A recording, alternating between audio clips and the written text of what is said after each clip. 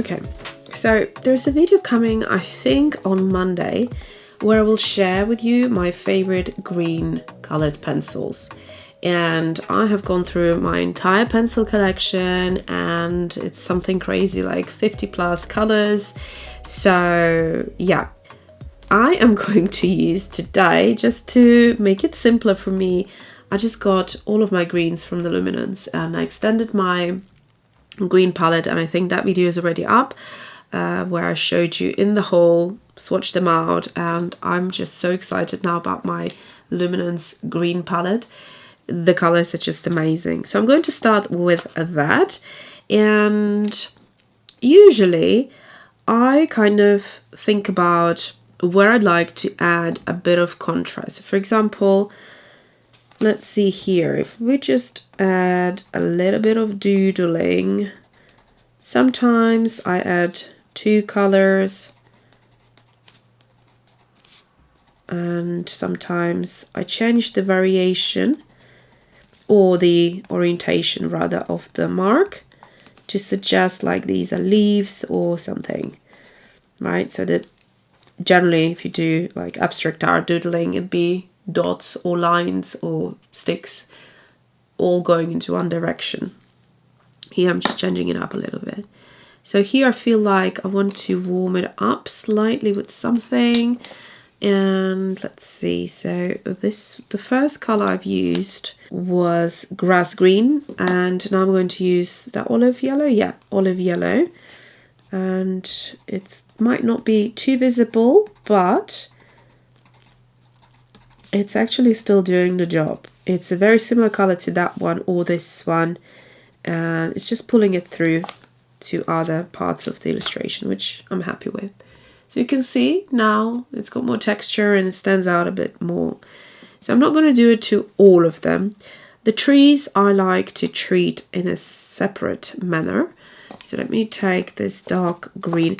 Also, what would be good to do is to sharpen the pencils.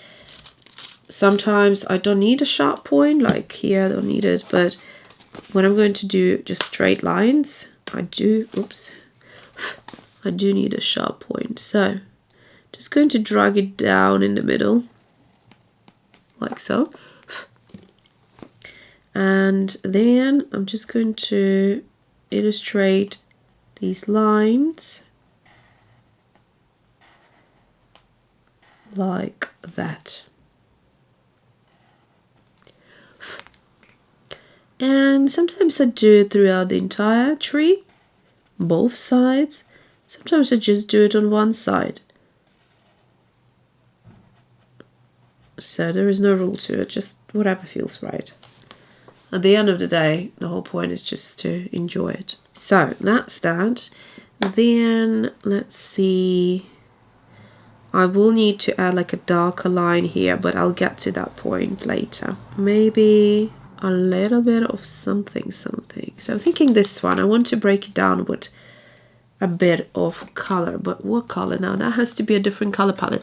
I also have made another, what I consider a fun video, with 3 different mushroom palettes, like mushroom color palettes. So I've got the mushroom neutrals, mushroom grays, and mushroom darks. So these are the colors that I use for mushrooms, and that video is also coming out. So something dark here, but I don't know.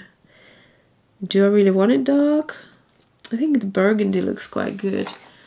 Shall we give it a go? That's red wine. Is that burgundy? That's a crimson. Where's my burgundy gone? I wonder if any of these would work. So let me just try it up here.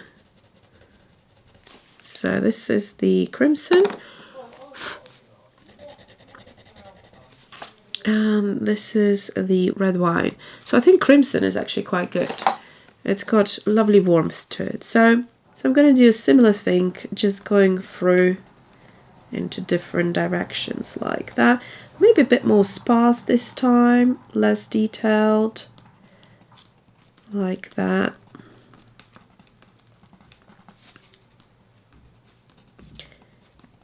And maybe a bit more denser towards the base of it, and then a bit more sparser towards the top. That could be a thing. Yeah, I think that looks good. Maybe just adding a bit more at the bottom, even if it sort of, some of the marks overlap a little. That's fine. Okay, that looks nice.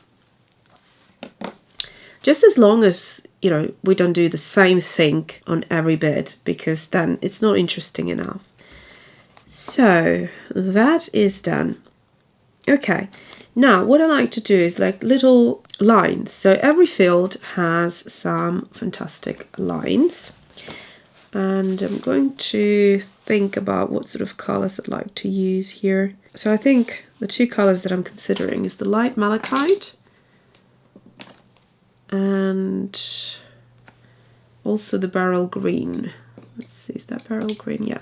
So I'm gonna first try light malachite and see if it's intense enough or not. So I will decide where I want my lines to go. And I think I'm gonna go this way towards. Do I like it? And I'm gonna try, actually, I need to sharpen both of these pencils. I want the line to be a lot thinner.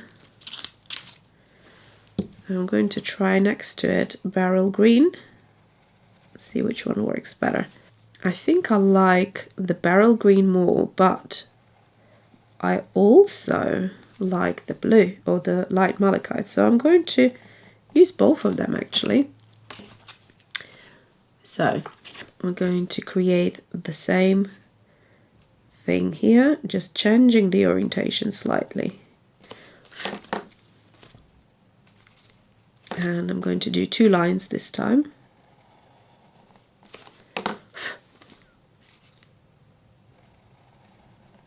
Like that.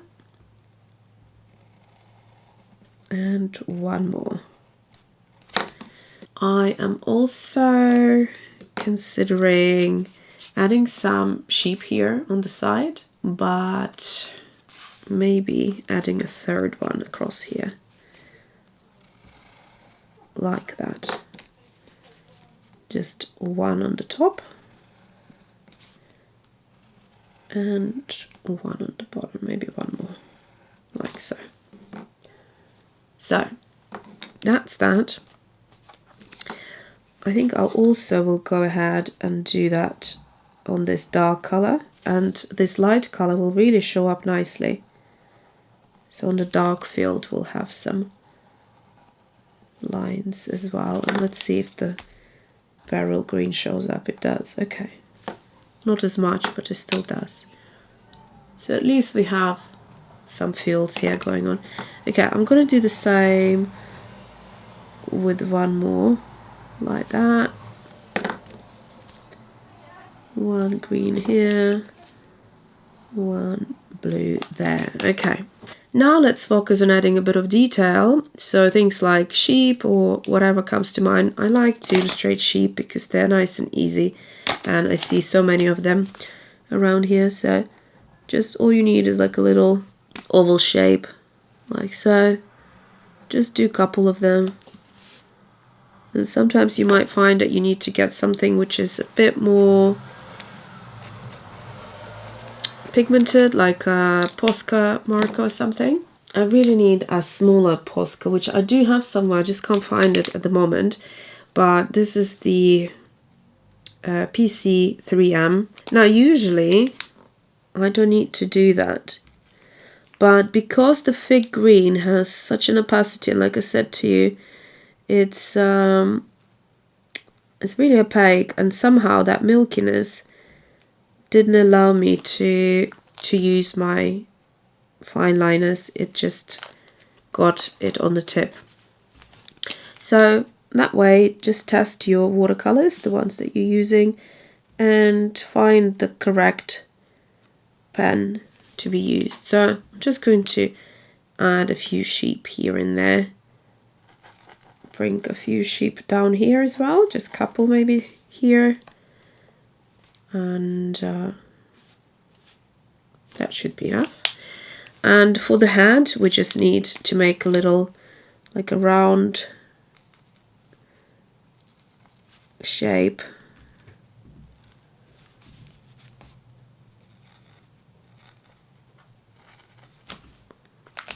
And then I generally just draw the legs on, which hopefully I can do here.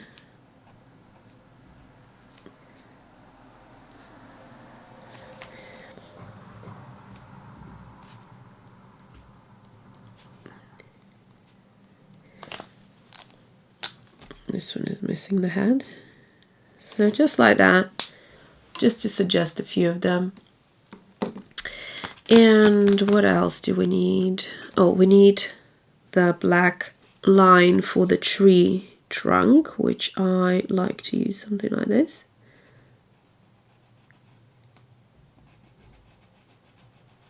Now, how you illustrate tree trunks, that's a style choice. Could be just a line, could be tapered, whichever way, thick ones, thin ones. Another good thing could be actually a pencil to illustrate animals.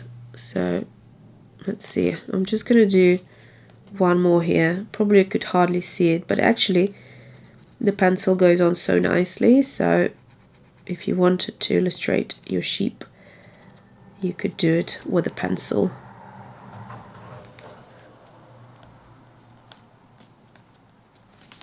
I'm just looking at it and thinking, would I like to add something else to it?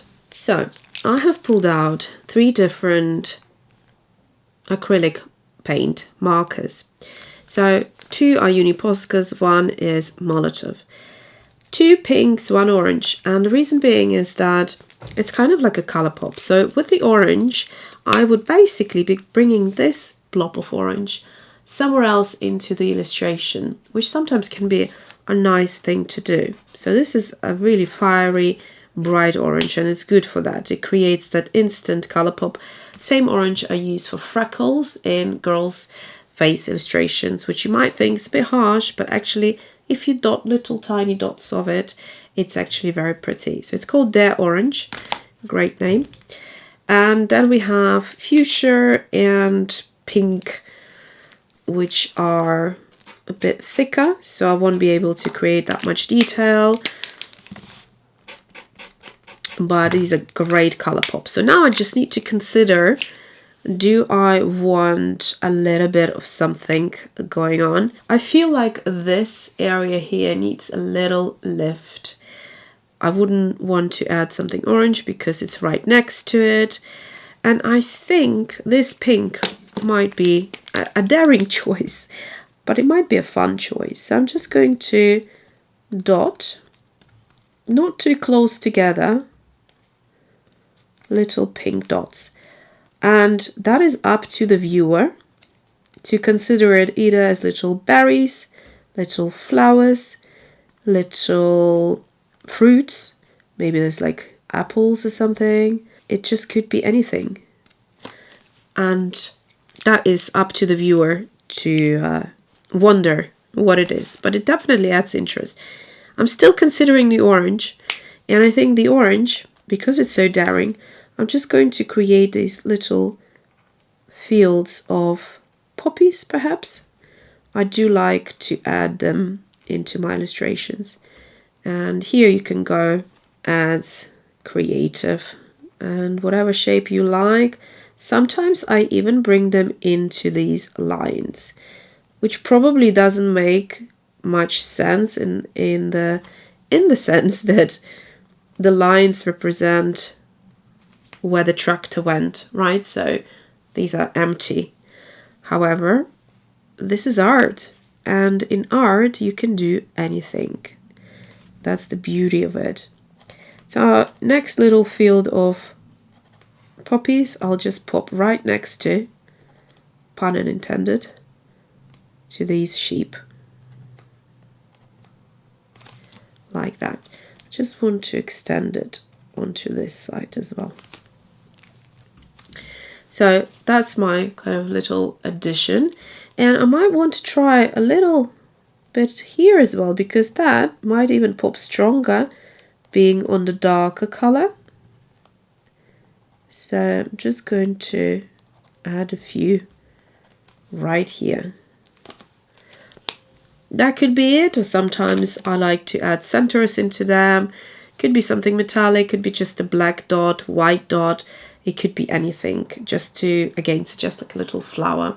All this time, my uni Posca, the little one, black one, was right next to me on the desk, and I didn't see it. So I'm going to use it now just to dot little centers, barely touching inside these. This just adds an extra bit of detail. Again, you might just want to leave that out. It is, you know, a stylistic choice.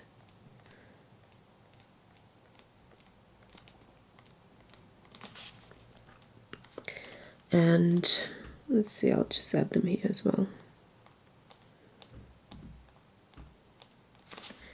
There we go. So looking at this large area, I want to use verdigris, middle verdigris, and just add some detail because it's just a big area and it needs a little bit of something, and I don't want to carry on with like mark making. So I'm thinking I am just going to create a line in the middle like so, and then just kind of go like that.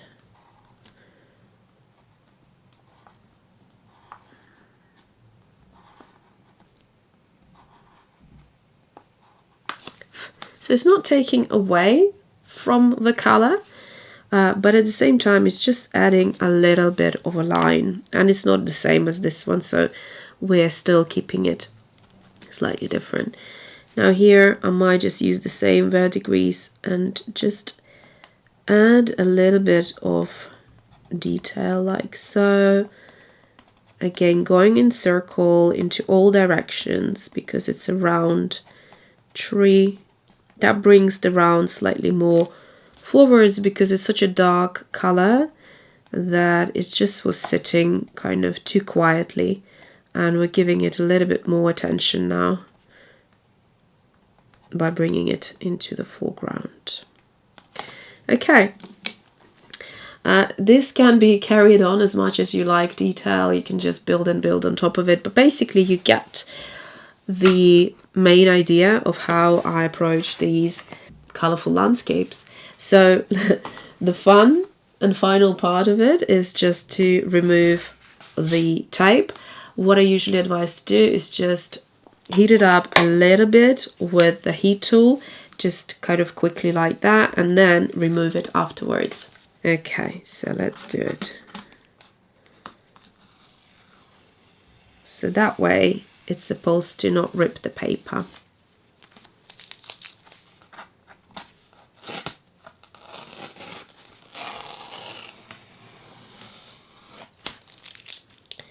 Which so far so good. This is the MT masking tape. I always buy them in art shops. They come in all sorts of cute colors, and as you can see, nothing has bled through and comes off quite well. So here it is. And the way I like to leave my illustrations usually with the colorful landscapes is just the white at the top, so I don't tend to finish it, as you can see here as well. I just like that white. I don't want to add anything in there, and let the colors speak for themselves and have this kind of like a open horizon behind it. So I hope you enjoyed it, and like I said, I will be working on an full in-depth, super detailed course, and I will be bringing a lot more techniques in there, and we can have a lot more fun. If you enjoyed this video today, then you could check that course out when it's ready. Thank you so much for watching, and I'll see you next time. Oh, maybe I should give you a close-up. Actually, the close-ups are the best.